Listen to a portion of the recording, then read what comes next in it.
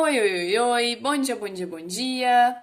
Bom, pessoal, na nossa última semana antes do recesso, eu havia enviado uma lista de revisão para vocês, para então agora, nessa volta, a gente poder retomar esses conteúdos, tirar as dúvidas, para então avançar para as outras partes da eletrostática que falta a gente ver.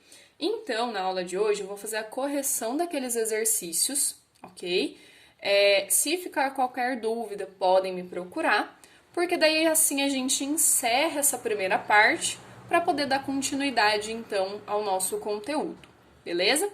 Então, corrigindo aqui os nossos exercícios, o primeiro ele falava aqui: duas cargas pontuais com valores Q1 igual a 3 microcoulombs e Q2 igual a 6 microcoulombs, eles são colocados a uma distância de 1 metro entre si. Então, a gente sabe que a carga Q1 e a carga Q2 estão separadas por uma distância de 1 metro, beleza? O enunciado pede, então, calcule a distância em metros entre a carga Q1 e a posição situada entre as cargas, então uma posição P aqui, né, um ponto P, entre as cargas, onde o campo elétrico é nulo, beleza? Então, a gente sabe que a nossa condição de campo resultante é que ele seja zero, beleza? Para a gente poder fazer isso, a primeira coisa que a gente tem que pensar, ó, é que ele pergunta a que distância. Então, a gente não sabe que distância é essa, beleza? Mas como a gente tem que a distância entre as cargas é 1 metro, a gente pode usar isso como relação para descobrir as outras distâncias, beleza? Então, ó, vou até fazer aqui de outra cor para separar qual que é de cada carga, beleza? Então, a gente sabe que essa distância vai ser 1 metro menos x, beleza? E essa, então, é a nossa carga Q2 e essa daqui é a nossa carga Q1, ambas positivas, beleza? Então, agora, ó, a gente precisa desenhar esse campo resultante, né, o campo do 1 e do 2, para calcular esse campo resultante, para poder terminar o nosso exercício. Então, ó, nós sabemos que uma carga positiva gera ao redor dela um campo de afastamento. Então, nesse ponto P, vai ser um campo de afastamento E1, beleza? E essa carga 2 gera também um campo de afastamento nesse ponto P, beleza? Essa configuração vetorial me possibilita ter um campo resultante igual a zero, ok? Quando que isso vai acontecer? Quando os dois valores forem iguais, tá? Mas eu poderia também, então, aplicar a ideia deste campo resultante, que é a soma dos campos, beleza? Toda vez que eu tiver um resultante, ele é a soma das partes que o constituem. Mas aqui a gente sabe que este campo resultante é zero, que o nosso E1, ele é positivo mesmo, porque ele está para a direita, mas o nosso campo 2, que, como está para a esquerda, ele vem com um sinal negativo, né? Por ele ser um vetor para a esquerda. Então, ó, a gente sabe que a gente vai poder escrever o nosso campo resultante como sendo 0, E1, mais com menos, menos, E2. Quando eu passar esse negativo para cá, vai ficar E2 igual a E1, que é a nossa condição para que esse campo seja zero. Os módulos dos campos devem ser iguais, beleza? Então, agora a gente começa com um trabalho matemático, ok? Que é substituir os nossos valores. A gente sabe que o nosso E2 depende de um K, Q2, pela distância da carga 2 até o ponto ao quadrado, igual ao E1, que vai ser K, Q1, distância 1 ao quadrado. Como nós estamos trabalhando com uma igualdade de dois termos e nos dois aparecem K, a gente pode cancelar esse valor. Q2, então, era 6 vezes 10 a menos 6, que, né, ele passou que eram 6 microcoulombs, dividido pela distância.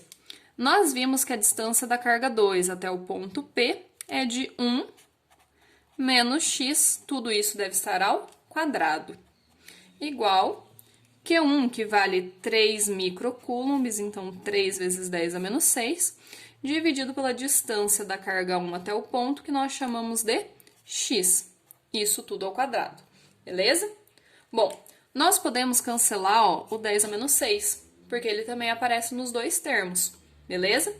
Então, nós vamos ficar com 6 dividido por 1 menos x ao quadrado, igual a 3 dividido por x ao quadrado, beleza? Eu, particularmente, não gosto de abrir isso aqui para cair em Bhaskara. Eu prefiro colocar todo mundo que tem x, que tem ao quadrado de um lado, todo mundo que não tem do outro, beleza?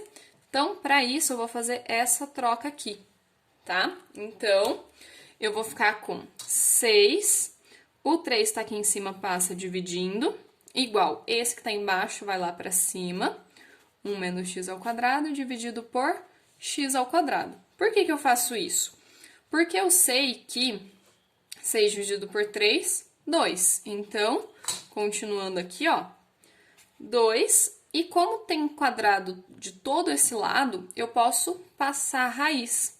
Então, vai sobrar 1 menos x dividido por x, beleza? Raiz de 2 a gente sempre pode aproximar por 1,4. Então, eu sei que isso aqui é 1,4.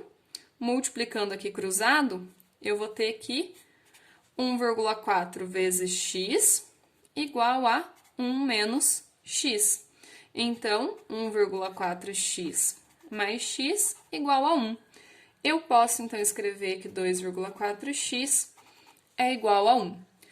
Quando eu fizer, então, x igual a 1 dividido por 2,4, eu vou poder aproximar isso aqui por 0,4 metros. Beleza, pessoal? Então, essa é a nossa resposta da nossa primeira questão.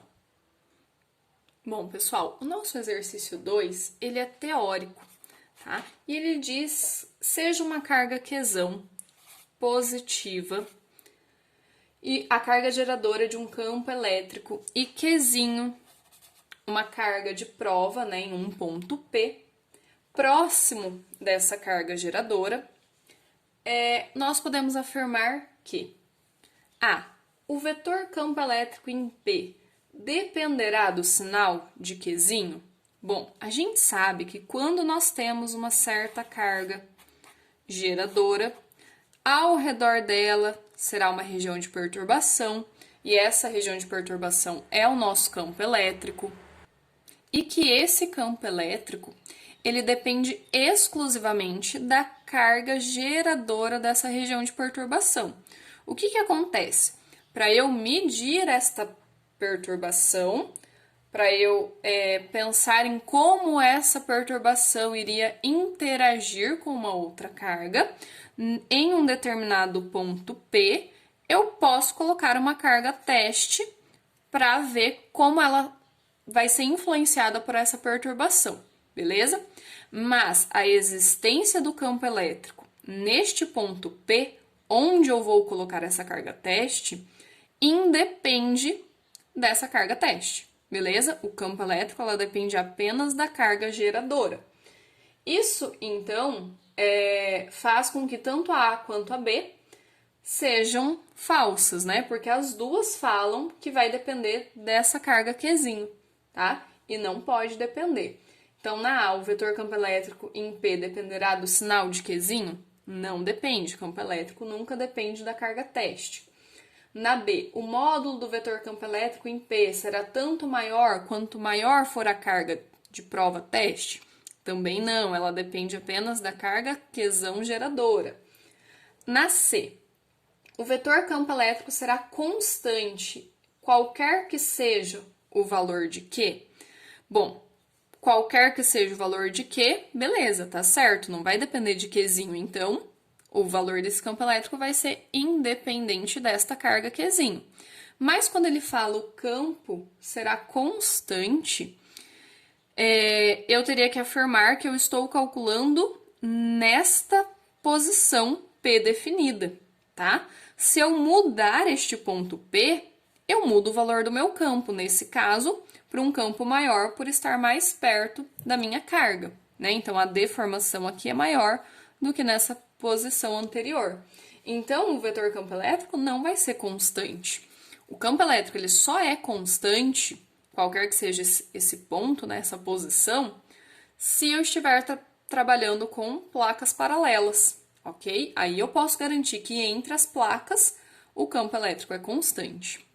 Para cargas pontiformes isoladas, esse campo ele é radial e depende da distância, beleza?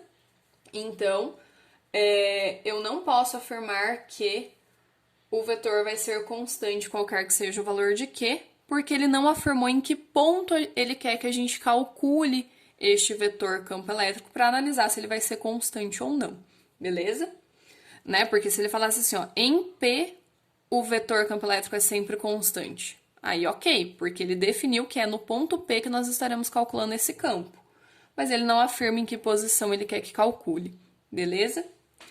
Aí a D, a força elétrica em P será constante, qualquer que seja o valor de Qzinho? Não, porque força elétrica, ela depende de duas cargas, né, dessa interação. Então, quanto maior essa carguinha teste, maior a força elétrica. Quanto menor a carguinha teste, menor a força elétrica, porque a força é uma interação de duas cargas, então depende das duas, ok? E por último, então, nossa alternativa E, o vetor campo elétrico no ponto P. Então, reparem que aqui ele define que é no ponto P, independe da carga teste Qzinho. Perfeito. No ponto P, independe de Qzinho, ok? Então, a nossa afirmativa correta é a letra E.